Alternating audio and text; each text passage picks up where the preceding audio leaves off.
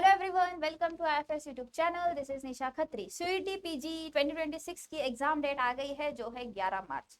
अभी तो जैम का एग्जाम खत्म हुआ, 2 दिन इन्होंने चैन से सांस लेने दी और आपके नेक्स्ट एग्जाम की डेट आ गई है। अब बचे हुए टाइम में सिलेबस कैसे कवर करें? अब क्योंकि जैम के लिए आप अच्छा खासा पढ़ चुके हैं, तो मैं उसके बेसिस में आपको बताऊंगी। आखिरी का 1 महीने से भी कम टाइम बचा है, तो इस समय के दौरान आपको क्या करना है। जैम के टाइम पढ़ चुके हैं, नोट्स बन चुके हैं, तो बस अब उन नोट्स को रिवीजन करना है। रैंडमली कोई भी टॉपिक उठा के रिवीजन नहीं करना है, स्ट्रेटेजिकली रिवीजन करना है। अब रिवीजन करने का सही तरीका तो मैं पहले भी बताई हूँ, मैं फिर से रिपीट कर देती हूँ क्योंकि मुझे रिपीट करने में कोई प्रॉब्लम नहीं है। देखिए, आपने हाई वेटेज, मैं मेन तो ये करूँगी, आप हाई वेटेज टॉपिक्स को ही पहले पढ़ो, उन्हीं को रिवाइज करो। अब आपने एक टॉपिक उठाया, एंट्रोपी, रिवीजन किया कि कौन से कंडीशन में क्या फॉर्मूला है, हर चीज आपने एंट्रोपी से रिलेटेड पढ़ ली। फिर सीधा अगले टॉपिक पे नहीं जाना है, 1-2 सवाल आपको एंट्रोपी के वही सॉल्व करना है, ताकि जो आपने रिवाइज किया है उसको आप अप्लाई कर पा रहे हो या नहीं कर पा रहे हो। ये सही तरीका है रिवीजन करने का, क्योंकि हमें उसी दौरान पता चलता है जो रिवाइज किया है क्या वो हम सॉल्व कर पा रहे हैं या नहीं कर पा रहे हैं। तो रिवीजन तो ऐसे करनी है। रिवीजन का पड़ाव होने के बाद आपका अगला पड़ाव रहेगा क्वेश्चन प्रैक्टिस का, क्योंकि एमसीक्यू फॉर्मेट के क्वेश्चंस है एंड इजी ही सवाल होते हैं, ज्यादा जैम की तरह ज्यादा कैलकुलेटिव नहीं होते हैं। तो कम से कम 1000 एमसीक्यूज का तो टारगेट रखें आप, एक दिन में आपको करना है। मैं इनऑर्गेनिक, ऑर्गेनिक, फिजिकल तीनों मिला के बोल रही हूँ, ठीक है। बहुत ज्यादा वो टाइम पे क्वेश्चन प्रैक्टिस करनी है, बिना क्वेश्चन प्रैक्टिस की दिक्कत होती है। जैम के कंपेयर में कम होती है, क्योंकि मोस्टली यहाँ पे थेरोटिकल क्वेश्चन से एप्लीकेशन बेस, मतलब आपने पढ़ा, सवाल आया, अब सवाल देख के अगर आपको आपकी थ्योरी याद है, कंसेप्ट क्लियर है, तो या तो सवाल आएगा या तो नहीं आएगा, बस ऐसा ही होता है। तीसरा पड़ाव आपका रहेगा मॉक टेस्ट देने का। मॉक टेस्ट अंधाधुंध नहीं देनी है, आपको डीप एनालिसिस करना है। मतलब मॉक टेस्ट के दौरान कौन सी गलतियां हो रही है, क्या फॉर्मूला मुझे याद नहीं है इसीलिए मेरी गलतियां हो रही है, या यूनिट कन्वर्जेंस के केस में गलतियां हो रही है, या किसी स्पेसिफिक टॉपिक का कंसेप्ट उतना क्लियर नहीं है इसीलिए गलतियां हो रही है। अपने मिस्टेक्स का पैटर्न आपको एनालाइज करना है और उसको ठीक करना है। मॉक टेस्ट का मेन मकसद होता है मिस्टेक को ठीक करें, ताकि एग्जाम में वो मिस्टेक ना हो।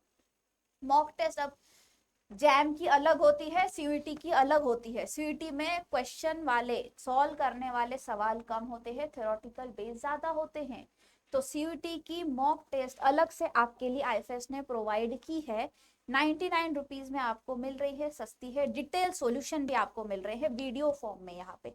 तो अगर कोई सवाल मैम बाद में उसका सॉल्यूशन देखने के बाद भी नहीं समझ आ रहा है, तो वीडियो फॉर्म में उसका एक्सप्लेनेशन देख लीजिए। अब आपने रिवीजन कर ली, क्वेश्चन प्रैक्टिस कर ली, मॉक टेस्ट लगा के सॉल्व करके डीप एनालिसिस भी किया है। अब इन स्ट्रेटेजी से आपके जो भी वीक एरियाज थे उनको आप एलिमिनेट कर सकते हो। जैसे फॉर्मूलाज में कोई गड़बड़ हो रही थी, अब मुझे पता चल गया कि मेरी मॉक टेस्ट में फॉर्मूलाज से रिलेटेड में ज्यादा गलती कर रही हूँ, तो मैं फॉर्मूला बुक जो मैंने बनाई है उसको पढ़ लूंगी। मेरे मॉक टेस्ट में यूनिट कन्वर्जन में गड़बड़ हो रही है तो मैं प्रैक्टिस कर लूंगी उसकी। कंसेप्ट्स में दिक्कत है तो मैम मुझे एग्रेसिवली रिवीजन ज्यादा करनी है। बस ऐसे आप इन स्टेप्स को ध्यान रखेंगे, आपका काम हो जाएगा। इन केस मैम थ्योरी याद नहीं है, जैम तो गया गया, थ्योरी हो नहीं पाई है, तो क्वेश्चन प्रैक्टिस का क्या करें? तो फिलहाल पहले थ्योरी अच्छे से कर लो, 10-15 दिन लो, रिवीजन करो अच्छे से। थ्योरी भूल गए हो, नोट्स जो बने हैं उनको प्रॉपरली पढ़ो, बाद में मॉक टेस्ट पे जाओ, क्योंकि इसमें मोस्टली सवाल आपके कंसेप्चुअल बेसिस पे ही आते हैं, सरफेस लेवल पे, ज्यादा डीप कंसेप्ट ये लोग पूछते भी नहीं है। तो ऐसी स्ट्रेटेजी आपको फॉलो करनी है। बाकी कोई ऐसा टॉपिक है कि मैम हाई वेटेज है, पढ़ने के बाद भी थोड़ी दिक्कत दे रहा है, तो आप हमारा शक्ति रिकॉर्डेड कोर्स ले सकते हैं। हम तो यहाँ पे अभी ऑफर भी चला रहे हैं क्योंकि एग्जाम पास है। कोई एक स्पेसिफिक टॉपिक है मैम हाई वेटेज है, नहीं समझ आ रहा, रिकॉर्डेड कोर्स में लेक्चर देख लिया इसका, रिकॉर्डेड फॉर्म में है, 2x पे देख लिया, जल्दी समझ भी लिया, और हाई वेटेज है तो छोड़ने का मन नहीं, क्योंकि पहले मैम कर चुके हैं, अभी थोड़ा दिक्कत हो रहा है। कब ऐसा टॉपिक जिसको हाथ ही नहीं लगा है तो उसको अभी भी हाथ मत लगाओ, रहने दो, कोई जरूरत नहीं है। बाकी अगर अभी भी आपको डाउट है कि मैम सीयूईटी पीजी में कौन से टॉपिक्स पे ज्यादा सवाल आता है, कौन से टॉपिक्स पे कम सवाल आता है, तो आईएफएस के वेबसाइट पे आप लोग जाइए, लर्न फ्री सेक्शन में पेपर एनालिसिस होगा।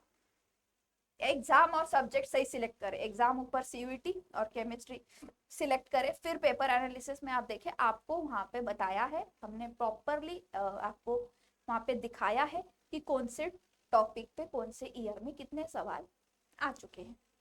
वहां जाके आप पेपर एनालिसिस देखो, उससे आपको अंदाजा आ जाएगा कौन से टॉपिक को कितना वेटेज है, कौन से टॉपिक को कितना वेटेज है, सिंपल। चलिए, बाकी इसी के साथ मैं आज की वीडियो को यहीं खत्म करती हूँ। थैंक यू सो मच आप सभी का, मिलेंगे आपसे अगले वीडियो में अगले टॉपिक के साथ। So happy learning, thank you so much and all the best. CUET का प्रिपरेशन अच्छे से करें अभी आप लोग।